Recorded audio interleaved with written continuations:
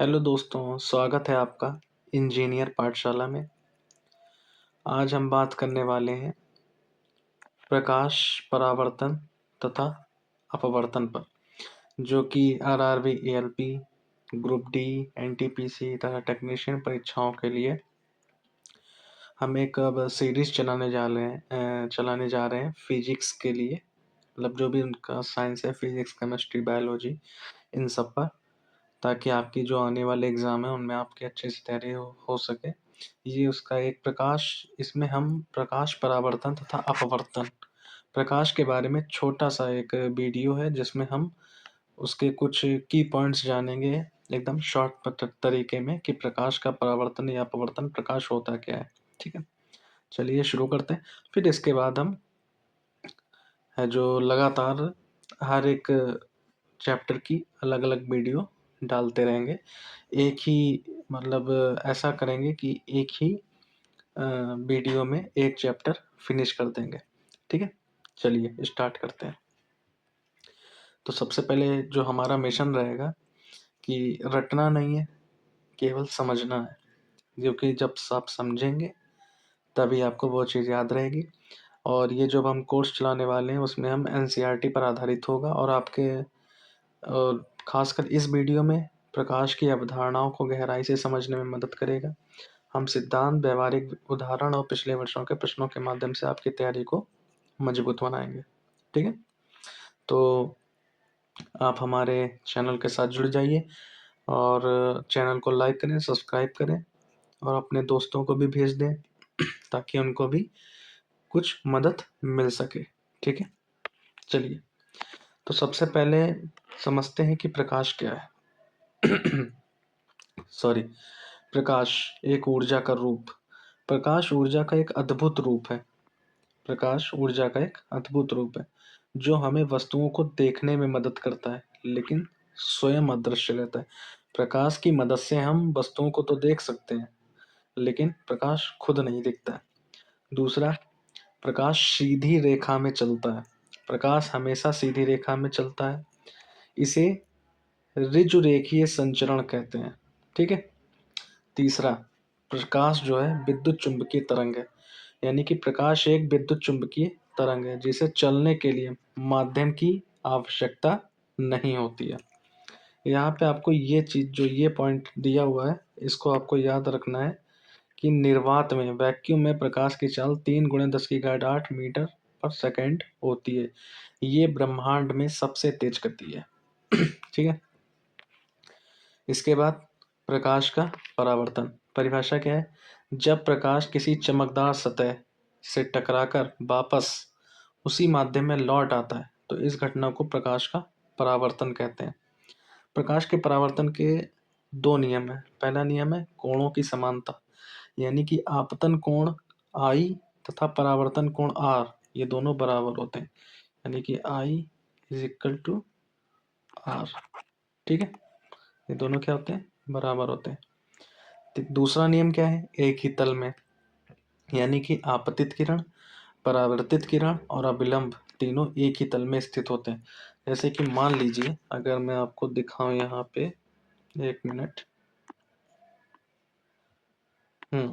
जैसे मान लो ये एक तल है, ठीक है, चिकना तल है। इस पे क्या हुआ? ये कोई आपतित किरण, यानी प्रकाश की ये कोई किरण पड़ी। अब यहाँ पे इसी को किरण आ गई, फिर ये यहाँ से ऐसे घूम जाएगी, तो ये आपतित किरण, ये परावर्तित किरण और ये जो अभिलंब इनके बीच में होगा, ये तीनों कहाँ पे हैं? एक ही तल में है। ठीक है, कहाँ पे है? एक ही तल में। तो इसी को क्या कहते हैं हम? दूसरा नियम कहते हैं कि जो आपतित किरण है, परावर्तित किरण है, ये और अभिलंब यानी कि नॉर्मल, ये तीनों एक ही तल में उपस्थित होते हैं। और पहला नियम क्या था कि जो ये कोण है आई और ये जो ये कोण है आर, ये क्या होते हैं? आपस में बराबर होते हैं। मतलब जितना अंश ये होगा उतना ही ये होगा। ठीक है, चलिए नेक्स्ट क्या है? समतल दर्पण। देखो, दर्पण जो होते हैं वो दो प्रकार के होते हैं। एक होता है समतल दर्पण, एक होता है गोलीय दर्पण। गोलीय दर्पण दो प्रकार के होते हैं, अवतल और उत्तल। ठीक है, तो यहाँ पे हम शॉर्ट में पढ़ रहे हैं, इसका हम पूरा एकदम full video, one shot video लाएंगे आगे चलकर। तो समतल दर्पण क्या है? वह दर्पण जिसका उपयोग हम रोजमर्रा की जिंदगी में करते हैं, जैसा कि यहाँ पे देख रहे होंगे, आपके घर में भी लगा होगा। इसमें पहली बात क्या है कि ये आभासी और सीधा प्रतिबिंब बनाता है। देखो इस बंदे का अब यहाँ पे देखो, ये जो लड़का खड़ा हुआ है, इसका देखो एकदम सीधा प्रतिबिंब बन रहा है और आभासी होता है और सीधा दिखाई देता है। लेकिन प्रतिबिंब क्या होता है? वास्तविक नहीं होता है। दूसरा, समान आकार का प्रतिबिंब का आकार वस्तु के बराबर होता है। अब देखो जैसे ये है इसी के बराबर ये है, ना मोटा ना पतला ना दूर ना आगे। तीसरा, पार्श्व परिवर्तन, यानी कि दर्पण में जो बायां भाग होता है वो दायां और दायां का बायां होता है। ठीक है। दर्पण की फोकस दूरी अनंत, समतल दर्पण में जो फोकस दूरी होती है वो अनंत होती है और दर्पण की क्षमता 0 होती है। ठीक है। नेक्स्ट है गोलीय दर्पणों की दुनिया। गोलीय दर्पण अभी मैंने आपको बताया 2 प्रकार के होते हैं, प्रत्येक के अपने अपने विशेष गुण हैं। ठीक है। तो सबसे पहला होता है अवतल दर्पण। अवतल दर्पण क्या होता है? प्रकाश को सिकोड़ने वाला, मतलब एक ही बिंदु पर उसको अभिसारित यानी कन्वर्जिंग करने वाला। पहचान क्या है? अवतल दर्पण जो होता है अंदर की ओर धंसा होता है, बिल्कुल गुफा की तरह। यह प्रकाश की किरणों को एक बिंदु पर केंद्रित करता है। प्रकृति कहती है अभिसारी, यानी कि कन्वर्जिंग करना। जैसे कि मान लो अवतल दर्पण आपका होता है ऐसा, ये पीछे से इसका कलई किया होता है। ठीक है। अब यहाँ से जो भी किरण, ये हो गया आपका अवतल दर्पण, एकदम गुफा की तरह। ठीक है, ऐसा होगा आपका अवतल दर्पण। तो इसका क्या काम होता है? ये प्रकाश को सिकोड़ देता है और वास्तविक फोकस बनाता है। चित्र कैसा बनता है इसमें? वास्तविक, आभासी और दोनों प्रकार के प्रतिबिंब को ये बना सकता है। इसका उपयोग कहाँ कहाँ होता है? टॉर्च और हेडलाइट में। आपके पास अगर टॉर्च या हेडलाइट होगी तो उसमें जो शीशा लगा होता है वो अवतल दर्पण होता है। इसका क्या काम होता है? प्रकाश के समांतर किरण पुंज को भेजने के लिए। शेविंग मिरर में चेहरे का बड़ा प्रतिबिंब दिखाने के लिए। डेंटिस्ट के दर्पण दांतों का बड़ा प्रतिबिंब देखने के लिए। और सौर उपकरण में सूर्य की किरणों को एकत्रित करने के लिए। तो अब आते हैं उत्तल दर्पण। ये क्या करता है? प्रकाश को फैलाने वाला होता है, यानी कि प्रकाश को फैला देता है। इसकी पहचान और गुण क्या है? उत्तल दर्पण बाहर की ओर उपरा होता है, यानी कि ऐसे होता है।